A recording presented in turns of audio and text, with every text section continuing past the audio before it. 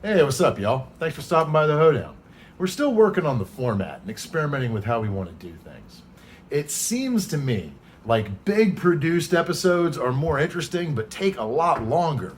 Whereas if I can get some little short, quick content out, then I can be a little punchier and more timely. I'd like to do both. So here's my first go at a vlog. I hate that word. I really do. It sounds vlog. I don't like saying it in the mouth. So I'm gonna call it a THDvlog. Maybe that rolls out, but I don't know. We're doing it shorter. We'll see how it works. Bang the intro.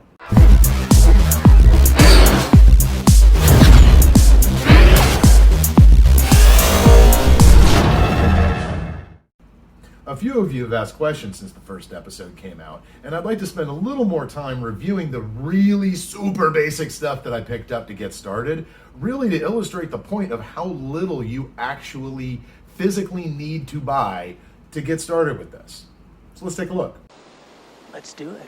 I've got my phone, this old desk lamp, a couple of cheap tripods, random homemade tricks, and a bunch of wares. Since it's 2020, I feel reasonably confident that if you're watching this, you have a phone that's capable of shooting reasonably decent video. Most of them on the market now will shoot in up to 4K, but anything above HD is really unnecessary if you're planning on delivering it over YouTube. Their compression algorithm is going to knock most of the detail out of it anyway. HD is perfectly good enough, and your camera will probably already do it out of your pocket. I'm not going to show you mine though, because I'm literally filming this on it right now. The Google Pixel 4's main camera is 12 megapixel on the front at an f-stop of 1.7. The telephoto lens on it is a 2x zoom and gives you 16 megapixel at an f-stop of 2.4. Bit of a trade-off, but it's not bad looking. The selfie camera, which I'm using now, is 8 megapixel, f-stop 2.1. And I gotta say, if I was picking a phone solely on the camera, I don't know that I would pick this phone. But since I can't stand Apple and Samsung is irritating, HTC went out of business, and here I am buying Google phones. There we are. Moving on, whatever you're taking a picture of, you're gonna need to light it, and hopefully light it consistently. Having different kinds of light in the shot, it looks weird. It's better than it being dark, but it looks weird. So to start off with, I'm using desk lamps. We've all seen these, super familiar, super basic. The other one is like an old shop lamp I got. But the important part, or at least, yeah, the important part is that I'm using the same type of bulb in each one. And I managed to find a couple of old low wattage, like 60 watt incandescent bulbs. They give that nice warm amber glow.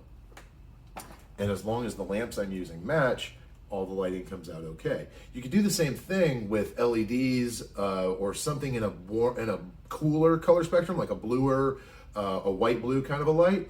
That's more of a season to taste sort of a thing. As long as they're consistent, it'll work out. I just kind of prefer the warmer light.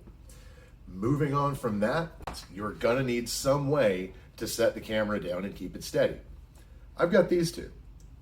Now this first tripod is really nothing special. It's something cheap, off-brand that I picked up at least 20 years ago.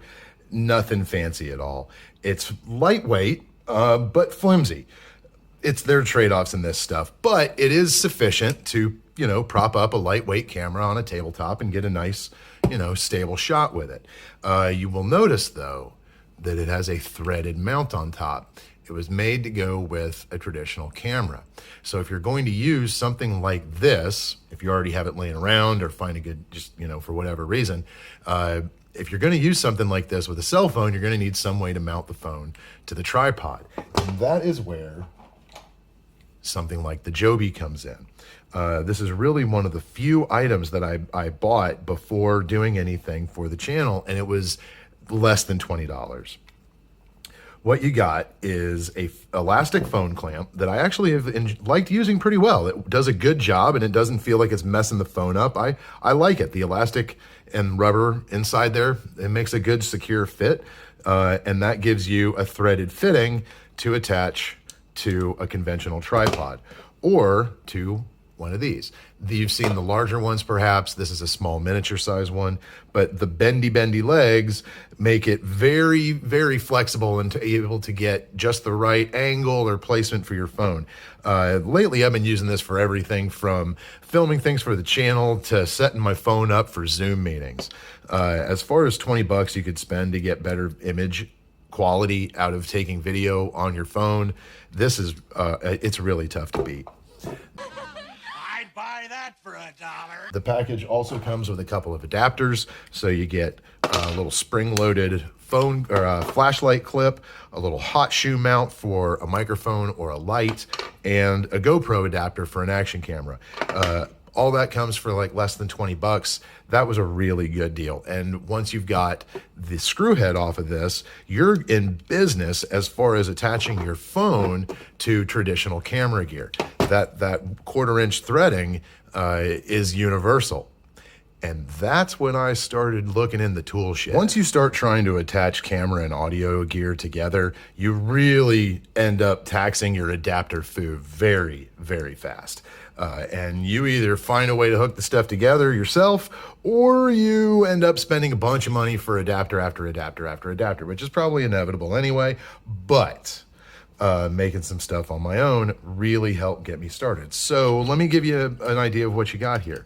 This is, again, just steel wire attached to some office clips, which lets me take colored bits of plastic and attach it to my desk lamp and use it to put a gel in front of the light, either to soften it or to give it some color, things like that. This is stuff the pros do. They clamp gels in front of lamps.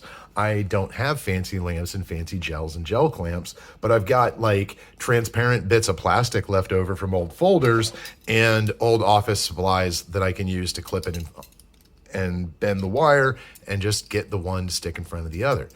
It does the job.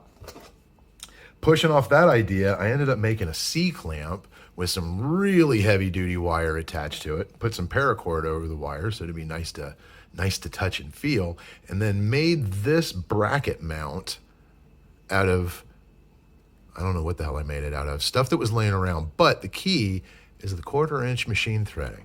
That thread works with the Joby mount and with any other camera mount. This is not fancy stuff at all, but what I now have is a clamp that I can stick my phone to any object that I can fit the clamp around and bendy, and make the phone be in that spot. For flexibility, you can't beat it. And while I'm figuring out exactly what part of the house I want to use as my YouTube set, flexibility has been the name of the game. In that same vein, I came up with this. This was left over from installing a video security system, and it's kind of not the best to work with, but it's functional and gives you a ball mount and hinge, and I glued magnets onto the back of it. So any metal surface, stick that on, and I've got a nice, totally positionable camera mount anywhere that I can put a magnet. That seems like it'll come in handy.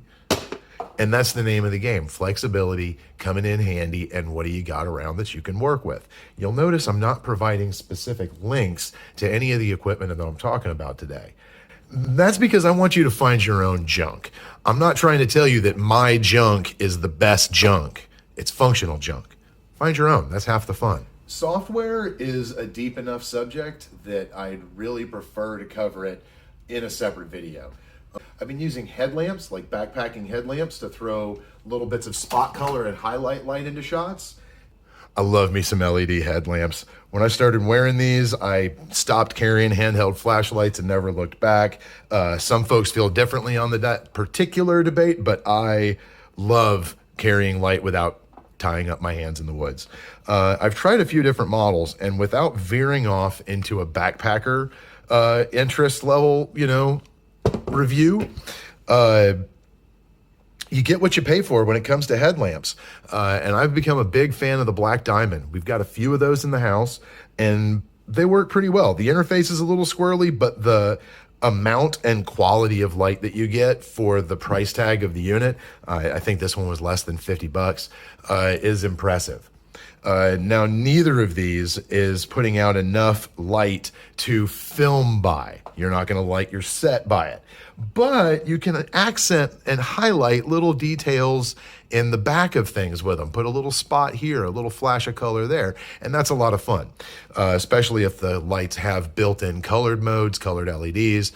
You can have a lot of fun with this. Again, look around, see what you've got that you can experiment. You're basically painting with light to make the image, so get those little brush strokes in there.